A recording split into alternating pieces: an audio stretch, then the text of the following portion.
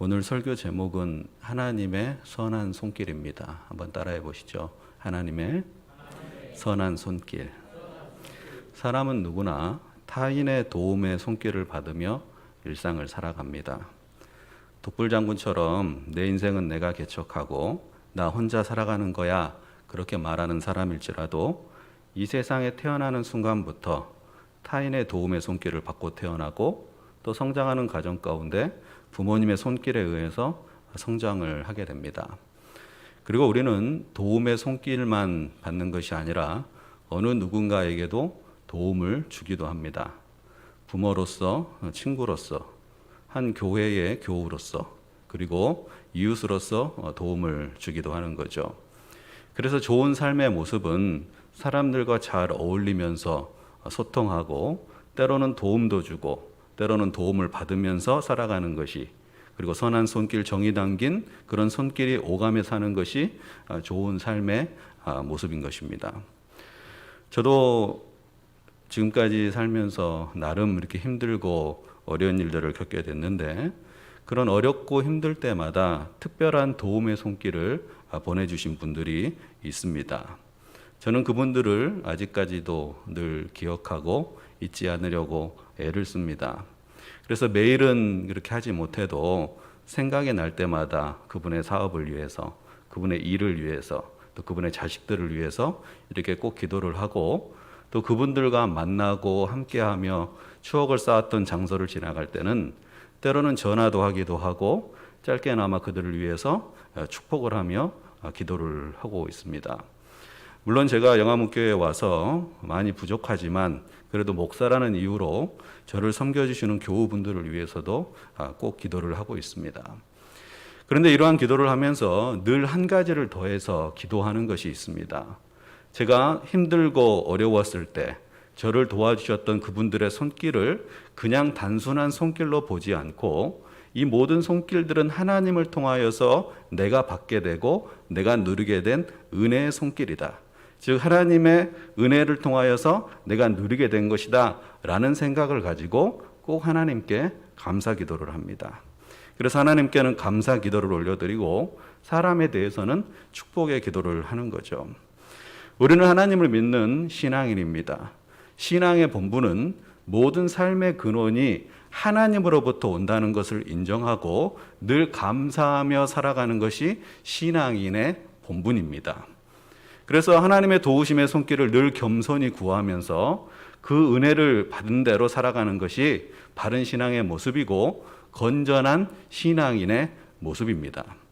이러한 은혜의 삶이 늘 우리의 삶 가운데 함께 하시기를 주님의 이름으로 축복합니다. 오늘 본문 말씀을 우리가 함께 나누겠는데요.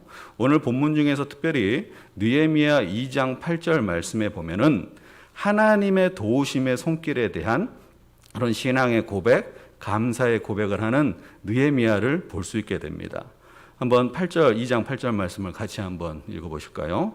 시작. 또 왕의 살림 감독 아삽에게 조서를 내리사 그가 성전에 속한 영문의 문과 성곽과 내가 들어갈 집을 위하여 들보로 쓸 제목을 내게 주게 하옵소서 하매 내 하나님의 선한 손이 나를 도우심으로 왕이 허락하고. 8절 말씀의 결론을 보면 느헤미야가 아닥사스다 왕에게 허락을 받습니다. 승낙을 받게 되는 것이죠. 느헤미야는 이에 대해서 그냥 손길로 본 것이 아니라 하나님께서 도움의 손길을 나에게 보내주셨기 때문에 이 모든 일들이 가능하게 됐습니다 라는 믿음의 고백을 하는 것입니다. 그동안에 우리가 느헤미야 말씀을 봤는데 저녁 시간에요, 이 8절 말씀의 배경과 핵심은 이렇습니다. 느헤미야는 자신의 동생을 통해서 예루살렘 성벽이 회파되고 무너져 있는 상태이고, 더불어서 그들의 이 느헤미야의 동족인 유대 백성들이 이방 민족들에게 환난과 능욕을 당하고 있다는 소식을 듣게 되었습니다. 그리고 이 문제를 해결하기 위하여서 자신의 지식과 방법이나 자신의 노력이 먼저가 아닌 하나님께 먼저 금식하고 기도하며 이를 하나님께 간구했더니 이를 하나님께서 들어주시고 선한 손길로도 함께 하셔서 그가 꿈꿨던, 그가 마음에 먹고 그가 마음에 소원했던 그런 계획과 일들이 이루어지게 되었다라는 것입니다. 이 느헤미야가 경험한 하나님의 도우심의 은혜에 대해서 이렇게 표현을 하는 거죠. 여러 말을 붙이는 것이 아니라 이 모든 일들은 하나님의 선한 손이 있었기에, 하나님의 선한 손이 나를 도와주었기에 이 일들이 가능하게 되었습니다 라고 신앙을 고백하는 것입니다. 그래서 하나님의 선한 손이 도우셔서 수심 가득한 얼굴이었지만 웃을 수 있는, 기뻐할 수 있는 그런 기회를 얻게 되었고, 또 하나님의 선한 손이 그를 도와주셔서 왕의 허락의 도움을 받아서 고국 땅 예루살렘에 가서 성벽을 재건하고 나라의 기틀을 다시 세울 수 있는 그런 은혜를 잊게 되었다는 겁니다. 즉 불가능한 일이었지만 하나님의 선한 손길이 있어서 이러한 일들이 가능하게 되었습니다 라고 신앙을 고백하는 겁니다. 여러분, 하나님의 자녀된 우리는 늘 하나님의 손길, 특별히 하나님의 도움의 손길, 은혜의 손길이 늘 함께 한다는 것을 꼭 잊지 마시기를 바랍니다. 하나님의 선한 손길이 우리의 삶 가운데 있다는 거죠. 자, 그렇다면 하나님의 선한 도움의 손길이 이 유대 민족과 느헤미야에게 어떻게 함께 했는지를 우리가 성경에서 여기를 좀 찾아보고 살펴보도록 하겠습니다. 먼저 4절을 보면 이렇게 기록되어 있죠. 왕이 내게 이르시되 그러면 내가 무엇을 원하느냐 하시기로 내가 곧 하늘의 하나님께 묵도하고 그랬습니다. 4절은 느헤미야가 기도하면서 자신의 마음의 속사정, 그것을 왕에게 말할 기회를 얻게 됐다라는 겁니다. 왕이 느헤미야의 말을 경청하겠다는 거죠. 내가 무엇을 원하느냐? 내가 네 말을 듣겠다. 네가 말하는 것을 내가 경청하게 듣겠다라는 것입니다. 여러분, 다른 사람도 아니고 왕에게 말할 기회를 얻었다라는 것은 대단한 것입니다. 우리가 그냥 친한 사람 만나서 그냥 차 한잔 하면서 얘기하는 그런 수준이 절대 아니라 이건 엄청난 일인데, 예를 들어서 우리나라에도 왕권 국가는 아니지만 대통령에게 가서 나의 억울한 속사정을 말한다든지 나의 그런 마음에 있는 것들을 얘기를 할 수 있다, 그런 기회가 있다는 것은 대단한 것이죠. 그런데 이때 당시에는 이 왕의 권위라는 것도 대단한 것인데, 이 왕과 지도자와 권세 있는 그들에게 그 자신의 마음을 얘기하고 말할 기회를 얻었다라는 것은 놀라운 하나님의 은혜와 섭리 가운데 이루어졌다라는 겁니다. 우리가 말할 기회를 얻은 느헤미야는 왕에게 그동안 기도했던 기도의 제목들과 자신의 의지와 열정을 가지고 이루고자 했던 예루살렘 성을 건축하고 중건하겠다는 드디어 말을 하게 되는 겁니다. 5절 말씀을 보시죠. 5절 말씀에 왕에게 이르되 왕이 만일 좋게 여기시고 종이 왕의 목전에서 은혜를 얻었사오면 나를 유다 땅 나의 조상의 묘실에 있는 성읍에 보내어 그 성을 건축하게 하옵소서 하였는데, 이 5절 말씀을 통하여서 이렇게 왕에게 어떤 느헤미야가 자신의 생각, 자신의 뜻, 자신의 열망을 말하는데, 이 5절 말씀에서 느헤미야가 했던 말들이 사실은 기회가 될 수 있는 말이기도 하지만 반대로 생각하면 매우 위기가 될 수 있는 말입니다. 왜냐하면 성을 건축한다, 성을 중건한다는 것은 반란의 소지가 있다라고 오해받을 수 있기 때문입니다. 에스라 4장을 보면요, 예루살렘 성전을 다시 건축하고자 하는 그런 일들이 있었습니다. 그런데 대적들의 방해가 있었고요, 수없는 그런 어려움들이 찾아오게 됩니다. 그 중에 이 이스라엘을 특별히 대적했던 세력들이 왕에게 고발을 합니다. 뭐라고 고발을 하냐면, 예루살렘 성읍이 건축되고 성곽이 완공되면 다시는 왕에게 조공을 바치지 않을 것이고 왕의 권력을 도전하여서 반란을 일으킬 수 있기 때문에 이렇게 허락을 하면 안 됩니다라는 억지의 내용을 상소하듯이 편지를 쓰게 됩니다. 요즘으로 말하면 가짜 뉴스를 퍼뜨리는 거죠. 결국 왕은 이 조서를 내려서, 이 편지를 받고 조서를 내려서 예루살렘 성전 공사를 중단시키는 일들이 이 에스라 말씀에 기록되어 있는 거죠. 그런데 다시 성을 건축한다? 뭔가 이거 성을 새롭게 한다? 라는 것이 오해를 살 수 있는 거죠. 그런데 놀라운 것은 이 느헤미야의 말을 들은 이 왕이 특별한 반응을 보이게 됩니다. 6절 말씀을 보시죠. 6절에 함께 읽습니다. 6절 시작. 그때에 왕후도 왕 곁에 앉아 있었더라. 왕이 내게 이르시되 내가 몇 날에 다녀올 길이며 어느 때에 돌아오겠느냐 하고 왕이 나를 보내기를 좋게 여기시기로 내가 기한을 정하고. 이 6절 말씀에서 우리가 새겨봐야 할 말씀이 바로 왕이 나를 보내기를 좋게 여겼다라는 겁니다. 이 좋게 여겼다라는 것은 보통 일이 아닙니다. 왜냐하면 이 좋게 여겼다라는 뜻 안에는 왕이 너무나 기뻐하면서 환하게 웃었다라는 말이 포함이 되어 있는 거예요.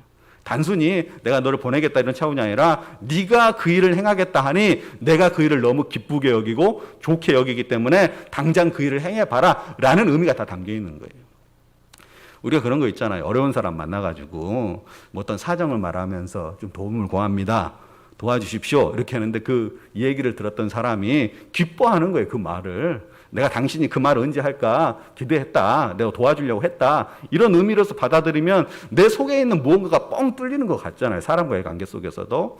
이런 것처럼 이 왕과의 관계 속에서 하나님의 도우심의 손길이 있음을 통하여서 모든 과정들이 순탄하게 열리게 되는데 왕이 웃음을 통하여서 기뻐함을 통하여서 이 길이 활짝 열리게 되었다라는 거예요. 이게 놀라운 거죠. 목숨을 잃을 수 있는 위기도 있었지만 그 뒤집어 이면에 계신 하나님을 통하여서 완전히 바뀌어서 기뻐하며 일을 행할 수 있는 상태가 된 것입니다. 또한 하나님의 선한 손길에 도우심의 손길, 순전하게 이르게 되는 진행의 과정을 통해서 그 은혜가 어디까지 미치게 되냐면 느헤미야가 예루살렘으로 가는 과정 속에 만나게 될 난관들, 그리고 성벽을 세우고 그 성전을 건축해가는 그 과정 속에 필요한 재료들까지도 왕에게 요구하여서 그 요청을 듣게 되고 왕은 그것을 허락하게 되는 그런 일들까지 있게 되는 겁니다. 여러분, 왕의 허락은 단순히 느헤미야의 어떤 지략이나 지식이나 방법이 아니고 자신의 노력과 열정이 아닌 오직 하나님의 선한 도우심의 손이 있었기에 가능했다는 그의 고백인 겁니다. 이 고백이 우리의 고백이 되기를 바랍니다. 예. 우리는 그래서 이 느헤미야를 도우신 하나님의 과연 그 선하신 손이 무엇일까? 하나님의 손이 도대체 무엇이기에? 특별히 하나님의 선한 손이 무엇이기에 그러한 은혜를 느헤미야가 경험했을까라는 것을 우리가 깊이 있게 살펴볼 필요가 있습니다. 그렇게 잘 살펴보면 과연 하나님이 우리의 믿음 생활이 어떤 분인지가 알게 되고 깨닫게 되는 겁니다. 그 첫 번째는 바로 뭐냐면 하나님의 선한 손은 우리의 삶을 매우 실제적이고 구체적의 도움의 유익으로 다가오시는 하나님입니다. 한번 따라해 볼까요? 매우 실제적이고 구체적으로 다가오시는 하나님. 이 하나님의 선한 손에 이 선하다라는 단어가요, 이 토브라는 단어인데 많이 들어보셨을 거예요. 토브라는 단어. 이 토브라는 단어 속에 담겨 있는 뜻 중에 하나가 매우 실제적이고 구체적이다라는 뜻이에요. 하나님이 뭔가 우리를 하는데 대충 그냥 하는 게 아니라 매우 실제적이고 구체적으로 유익을 끼치기 위한 도움이라는 겁니다. 여러분, 하나님은 선하시죠. 그래서 우리가 기도하면 우리와 함께 하시고 도와주시는데 애매모호한 도움이 아니라 매우 실제적이고 구체적인 도움을 우리에게 주시는 분입니다. 그래서 기도를 할 때 어떻게 해야 되냐? 구체적으로 해야 돼요. 구체적으로. 그냥 이렇게 하나님 아시죠? 하나님 내 사정 아시죠? 내 눈물 아시죠? 이렇게 기도해도 하나님 아시지만 그래도 이왕 하는 기도를 좀 더 구체적으로 하면서 하나님께 간구하고 기도하면 그 하나님께서는 우리가 생각하는 것보다 더하게 우리를 매우 실제적이고 구체적으로 도우신다는 겁니다. 우리가 이런 경험을 할 때가 있죠.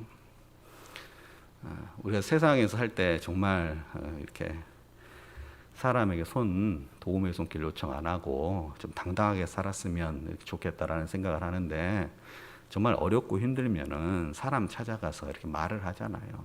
속사정도 얘기하고 좀 이렇게 말할 만한 사람이고 들어줄 만한 사람이니까 그래도 말하겠다라는 생각을 가지고 용기 내서 가는데 그 말을 듣는 사람이 듣기는 듣는데 귀담아 듣지를 않아요. 그리고 끝말에 도와주겠다고 말하는데 그 도움이 믿어지지가 않는 거예요. 정말 도와줄까? 그리고 기다려보는데 도움은 없어요.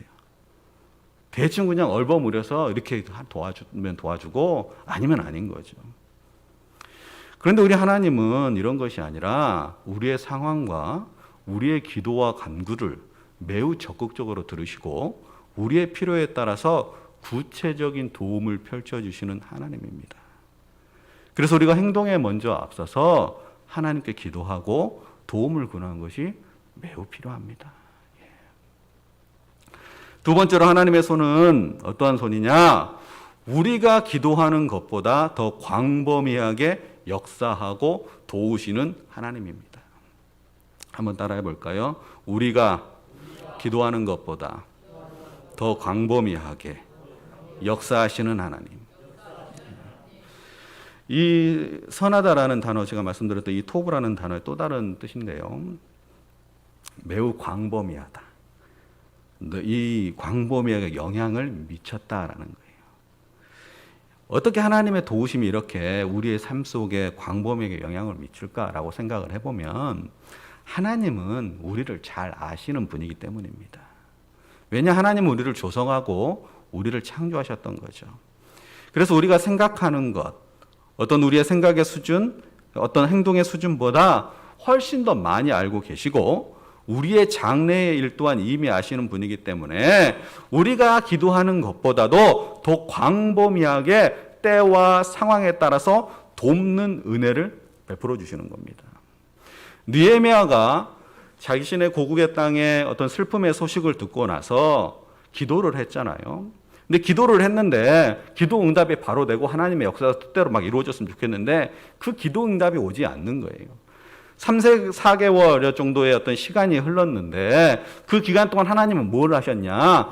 그 느헤미야의 기도가 간절했고 그 기도가 정말 진실했기 때문에 하나님은 모든 과정을 이미 준비하시고 느헤미야가 생각했던 것보다 더 광범위하게 이미 역사를 하고 계셨다라는 거예요. 그래서 그 때가 되고 그 시가 되니까 하나님이 그때 역사하셔서 모든 길에 그 모든 것들이 활짝 열리게 되는 그 은혜를 허락하신 겁니다. 즉 우리는 하나님께 기도하지만 이 정도까지는 기도하는데 하나님은 우리의 뜻과 하나님의 뜻이 일치가 되고 하나님이 기뻐하시는 일이라면 우리가 기도하고 간구하는 것보다 더 크게 광범위하게 역사하시는 하나님이죠. 그래서 우리는 하나님 앞에 바르게 서 있어야 되는 거죠. 예를 들어서 자녀를 출산하는 이 엄마가 되면요, 아이를 키울 때 아이가 엄마에게 엄마 나 뭐 필요해요, 이렇게 도와주세요, 저 배고픕니다, 저 혹시 좀 쉬가 매려요, 이렇게 하는 게 아니잖아요. 그냥 울고 떼쓰고 그러는데 이 엄마는 때와 상황이 어떻게 다 알아요. 얘가 배고픈지, 기저귀를 가려야 되는 건지, 아니면 자리를 좀 옮겨줘야 되는 건지, 몸에 불편함이 없는지, 어디 아픈 것이 없는지, 그런 걸 다 알잖아요. 단순히 아이는 울 뿐이고 행동할 뿐이고 몸의 반응을 보일 뿐인데 그 아이의 필요가 뭔지를 알고 그렇게 다 도움을 줍니다. 그리고 아이가 성장해 가는데 이 성장의 속도에 맞춰서 이 아이에게 필요한 것이 무엇인지를 알고 엄마는 다 돌보고 다 책임져 주는 거예요. 아빠는 절대 못합니다. 엄마만 가능해요. 그래서 엄마의 이런 능력, 이것은 바로 뭐냐? 아이에 대한 깊은 관심 속에서 나오는 겁니다. 하나님이 우리를 아신다, 하나님이 우리를 돌보신다, 하나님이 우리를 도와주신다 라는 것은 나 자신도 모르는 나의 모습, 나 자신도 알지 못하는 나의 인격, 나 자신도 알지 못하는 나의 앞날에서 이미 아시는 하나님께서 도우시고 함께 하시고 광범위하게 역사하시는 하나님이 바로 이 단어에 속해 있는 뜻이라는 거죠. 이 말씀을 그대로 잘 받으시기를 바랍니다. 그 시인과 촌장이라는 팀으로 포크 가수 활동을 하고 지금은 침례교 목사인 하덕규 씨가 부른 가시나무라는 그 노래를 아시죠? 뭐 리메이크도 하고 그랬는데 그 가사에 보면 이런 게 있어요. 내 속엔 내가 너무도 많아 당신이 쉴 곳이 없네. 내 속엔 헛된 바람들도 당신의 편할 곳이 없네. 내 속엔 내가 어쩔 수 없는 어둠, 당신의 쉴 자리를 뺏도, 이렇게 했어요. 뭐 이게 CCM도 아니고 복음성가도 아니고 뭐 이렇게 찬송도 아니지만 이 신앙인의 마음으로 이걸 쓴 거죠. 바로 뭐냐면 자기 내면을 들여다보니까 나 자신도 알지 못하는 이 복잡 미묘한 그 모든 것들이 다 담겨 있다라는 거예요. 그래서 나를 만나는 사람들이 상처를 받고 아픔을 겪고 자신도 그 가운데 상처를 입고 힘들어한다라는 겁니다. 자기 자신도 무엇이 있는지를 몰라요. 우리가 나에 대해서 잘 안다 말하고 나는 이렇습니다 말하지만 나 자신을 잘 몰라요. 나 자신을 모르는데 하나님은 알고 계셔요. 왜? 하나님과 우리의 관계는 세상에서의 부모와 자식 간의 관계보다 더 깊은 관계고 나를 창조하시고 나를 조성하신 분이기 때문에 우리가 어느 순간에 기도를 하고 도움을 간구하고 하나님께 나아가면 더 광범위하게 역사하시는 것이 바로 우리 하나님이라는 겁니다. 이 하나님을 꼭 믿으시기를 바랍니다. 그리고 성경에 놀랍고 재밌는 것이요, 이 느헤미야가 왕에게 말을 할 때 어떤 단어를 사용하냐면은 좋게라는 단어를 많이 사용해요. 그래서 5절에 보면 좋게 여기시기로, 6절에 좋게 여기시기로, 그 다음에 7절에 좋게 여기시거든. 근데 이 좋게라는 단어가 어떤 단어냐면 토브라는 단어예요. 그러니까 즉 뭐냐면 왕에게 이렇게 뭐 기분 좋게 하기 위해서 좋게 말하지만 이미 그 내면 속에는 뭐가 있었냐? 하나님께서 선하시게 역사해 주십시오. 이런 마음으로 느헤미야는 아마 상소를 하고 호소를 하지 않았나라는 그런 생각도 듭니다. 세 번째로 하나님의 선한 손은 어떤 손이냐? 권세와 능력과 힘으로 도우시는 하나님의 손길입니다. 한번 따라할까요? 권세와 권능과 힘으로 도우시는 하나님. 하나님의 선함에 대해서 이렇게 함께 붙어있는 단어가 있습니다. 바로 뭐냐면 손이라는 단어예요. 손은 능력과 힘을 상징합니다. 우리가 성경을 읽다 보면 자주 접하게 되는 단어 중에 하나가 오른손이라는 단어예요. 뭐 하나님의 오른손, 주의 오른손 이런 거를 우리가 성경을 보잖아요. 이 오른손 손이라는 것은 하나님의 강력한 능력과 힘을 상징하는 표현이에요. 대표적으로 시편 말씀에 많이 나오는데 시편 말씀에 보면 자주 등장을 하는데 이렇게 기록이 되어 있어요. 시편 17편 7절에 오른손으로 구원하신 주여, 18편 35절에 오른손이 나를 붙들고, 48편 10절에 주의 오른손에는 정의가 충만하였다. 바로 뭐냐면 하나님의 손, 우리가 하나님의 손이 보이지는 않잖아요. 어떤 상징적으로 은유적으로 표현한 것인데 성경의 이 표현들이 하나님의 손, 하나님의 오른손 했을 때는 하나님의 권세와 힘과 능력이 있습니다. 그래서 모세가 이렇게 지팡이를 들어올린 것도 하나님의 권위와 권세와 능력이 함께한다라는 거잖아요. 그래서 이 느헤미야를 도우시는 하나님의 소리라는 것이 권세와 능력과 힘으로 어떠한 것도 거침이 없는 그 권세로 함께하고 있는 손이라는 거예요. 그래서 막힘이 없이 다 열리게 되는 겁니다. 그래서 8개월, 이 8절에서 느헤미야의 신앙 고백은 자신이 4개월이요 하나님께 간절히 기도했더니 그 강한 손으로, 강한 힘과 능력으로 또 기도했던 것보다 더 광범위하게, 그리고 매우 실제적이고 매우 구체적으로 하나님께 도우셔서 이렇게 내가 은혜를 받고 하나님의 그 뜻을 이루어갈 수 있습니다라는 신앙 고백을 하고 있는 거예요. 이 고백이 우리의 고백 되기를 바랍니다. 우리가 믿는 하나님은 이런 분이십니다. 때로는 섬세하시고요, 때로는 부드러우시고, 때로는 강하고, 때로는 따스하게 우리를 늘 도와주시는 분입니다. 마지막으로 하나님의 선한 손은 어떤 손이냐? 우리가 기도한 대로 형통의 길을 열어주시는 하나님입니다. 한번 따라해 볼까요? 형통의 길을 열어주시는 하나님. 느헤미야가 금식하며 기도를 하죠. 그래서 왕의 허락을 받습니다. 그런데 허락이 됐다고 해서 이것이 뭐 쉽게 되는 문제는 아닙니다. 근데 느헤미야가 하나님을 믿고 기도한 대로 왕께 요청을 하게 되는데 이미 그는 하나님께 이 1장 말씀 보면 기도를 했어요. 지난주도 이 구절을 말씀드렸고 그 전주에도 말씀드렸는데 기도를 할 때 어떻게 기도를 하냐면 느헤미야 1장 11절에 보면 오늘 종이 형통하여 이 사람 앞에서 은혜를 입게 하옵소서. 하나님 이 사람들 속에서 어떤 은혜를 입게, 형통의 은혜를 입게 해주시옵소서라고 기도를 했어요. 그래서 이 형통의 단어가 받듯이 뭐냐면 앞으로 나아간다, 막힘이 없다, 발전한다, 번영한다, 성공의 단계에 이른다라는 건데 우리식으로 말하면 탄탄대로가 열렸다라는 건, 물론 이 단어를 가지고 왜곡에 해석해가지고 이상한 식으로 이렇게 말을 해서 좀 문제가 되지만 다윗의 인생도 그렇고 우여곡절과 난관과 어려움이 있는데 그것이 없다라는 의미가 아니에요. 막히는 일이 있는데 그것이 어느 때가 되면 열린다라는 거예요. 더 크게 열린다라는 거예요. 그래서 형통케 하신 하나님인데 느헤미야에게, 특별히 유대 민족에게 이 형통의 길이 어떻게 열리냐면은 첫 번째로는 정치적인 형통의 길이 열리게 됩니다. 이렇게 예루살렘까지 가는 길이 이렇게 쉬운 길이 아닙니다. 이때 당시에는 나라가 아주 큰 제국이기 때문에 왕이 다 통치를 하지 못해요. 그래서 이 나라를 구역을 나누고 쪼개가지고 이게 각 통치자에게 맡깁니다. 그런데 이 통치자에 맡긴다는 국경이 있다라는 국경이. 그럼 국경을 넘어가려면 어디, 우리나라에서도 뭐 외국에 가려면 그냥 가지를 못하잖아요. 여권을 내야 되고 통과를 받아야지 비자를 받고 통과해서 가는 것처럼 이런 그런 과정이 있어야 되는데, 만약에 여기서 트러블이 생기고 문제가 생기면 전쟁이 발발할 수도 있고 어려움이 생길 수도 있어요. 그래서 느헤미야가 왕에게 요청을 했는데 뭘 요청하냐? 조서를 내려주십시오. 내가 통과할 수 있도록 조서를 내려주십시오 얘기를 하는데, 이것을 통하여서 그가 예루살렘에 가는 길에 막힘이 없이 완전히 가게 되는 거예요. 막힘이 없이 통과하게 되는 거예요. 즉 정치적인 형통인데, 이것은 바로 어떤 것을 의미하냐면 우리가 대인관계나 사회 속 관계나 어떤 마찰이나 그런 것이 없이 활짝 대로의 문이 열리는 그런 형통의 은혜라는 겁니다.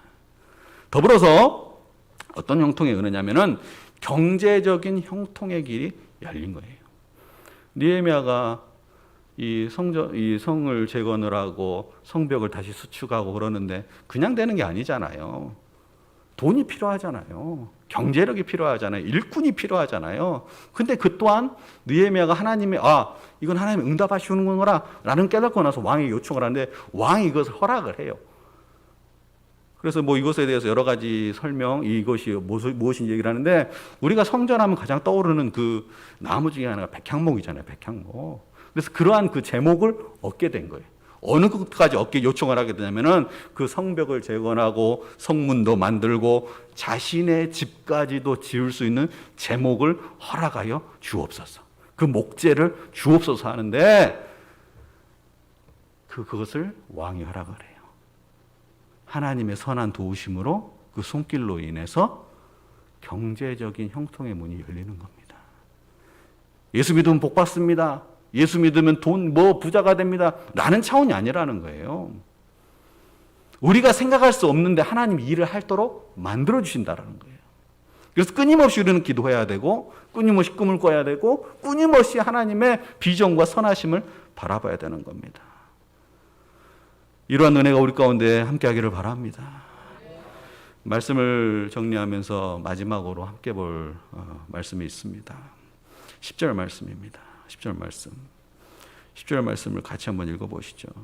호란 사람 산발랏과 종이었던 암몬 사람 도비아가 이스라엘 자손을 흥왕하게 하려는 사람이 왔다 함을 듣고 심히 근심하더라. 여기 보세요. 산발랏과 도비아는 어떤 사람이냐? 방해꾼이에요. 성전이 세워지고 예루살렘 성이 수축되고 성벽에 들어서는 거 싫어해요. 왜? 자신들의 어떤 권세와 어떤 권위와 자신의 어떤 기득권을 놓치기 싫은 거죠. 그래서 늘 이들의 악한 행동은 유대 민족에게 근심과 걱정을 안겨주었습니다. 그런데 하나님은 기도하는 사람 느헤미야를 통해서 오히려 대적자들이 근심하게 되는 상황으로 역전을 시킵니다. 그래서 10절에 기록되기를 이스라엘 자손을 흥왕하게 하려는 사람이 왔다. 그들은 사람으로 봤어요. 사실은 하나님이 오신 거죠. 하나님의 역사가 함께하는 거죠. 그래서 그들의 마음이 어때요? 심히 근심하더라. 그 전까지는 누가 근심해요? 이스라엘 민족, 유대 민족, 느헤미야가 근심에 쌓이고 수심에 가득했지만, 한 사람의 믿음, 한 사람의 기도, 한 사람의 형통함의 은혜가 하나님과 함께함으로 이루어지니까 대적의 세력이 두려워하고 근심하고 떨게 되고, 우리는 하나님의 이름으로 영광을 돌릴 수 있는 그런 승리자의 모습으로 서게 된 것입니다. 하나님의 선하심의 손길이 우리에게 늘 향해 있습니다. 그 손을 꼭 잡으시기를 바랍니다. 그 손을 반드시 꼭 잡고 우리가 예배하고 찬양하고 더 깊이 하나님께 나아가서 하나님께 주시는 그 선하심의 손길을 구체적으로 경험하여서 우리가 가정과 일터와 사업뿐만 아니라 우리의 믿음의 삶에서도 모든 형통이 이루어지기를 주님의 이름으로 축복합니다. 기도하겠습니다.